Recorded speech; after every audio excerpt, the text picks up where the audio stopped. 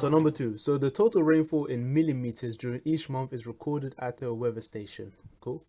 For figures recorded for the month of April, the figures recorded for the month of April for 8 years are given below. So in this case, the sample size is 8, n is 8. Now A, state 2 assumptions that must be made about these data in order to use them to construct a confidence interval.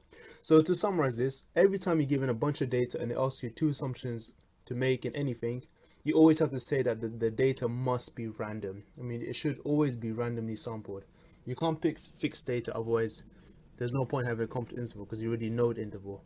This is how confident the data is you are with a given random data. So that's first thing, random sample. And when you use a confidence interval, we always use the mu and the sigma. So we need to make sure that those values are normally distributed. So the population, or in this case the rainfall, has to be normally distributed. And that's it, these 2 points. Now for B, assuming that these assumptions are valid, so assuming we're following this sample, okay, construct a 99% confidence interval for the mean April rainfall at this weather station. Give the limits to 1 decimal place.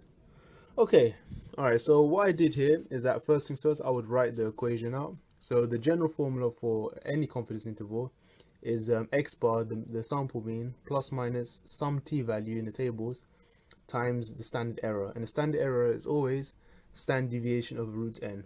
So the reason why we're using s is because sigma represents the population, like the true population.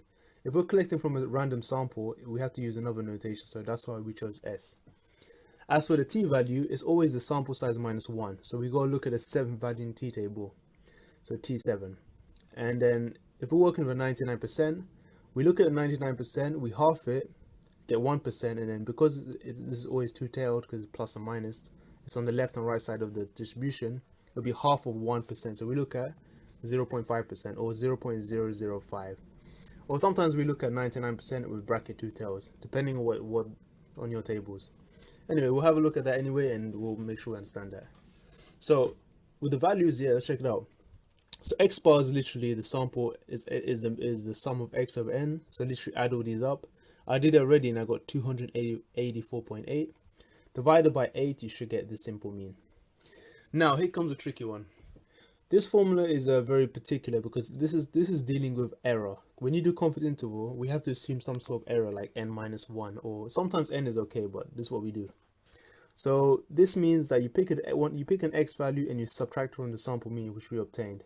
So every value here is like, for example, 4.8 minus 35.6 all squared, and then you sum these up plus another one, 53.3 minus the sample mean all squared, and so on. And I showed over here.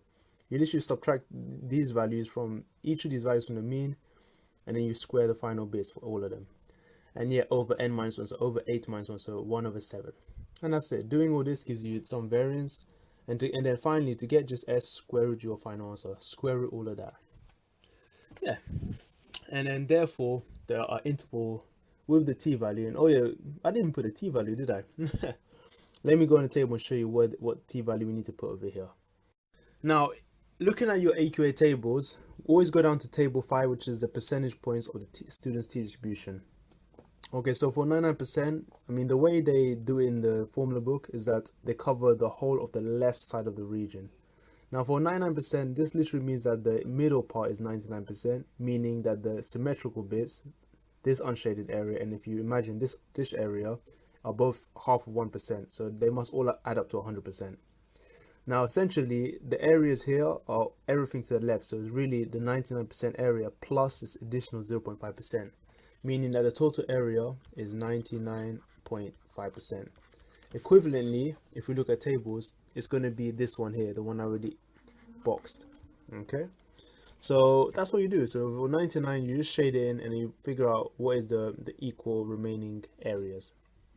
So this means at this value, you just go down to 7, and 7 is over here, which is 3.499, and that's the t value we happen to use.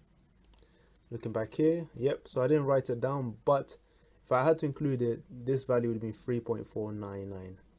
Plug into this formula, so it's going to be x bar, which we have, is 35.6 minus 3.499 times your standard error, which is this value, 32.5, over the square root 8.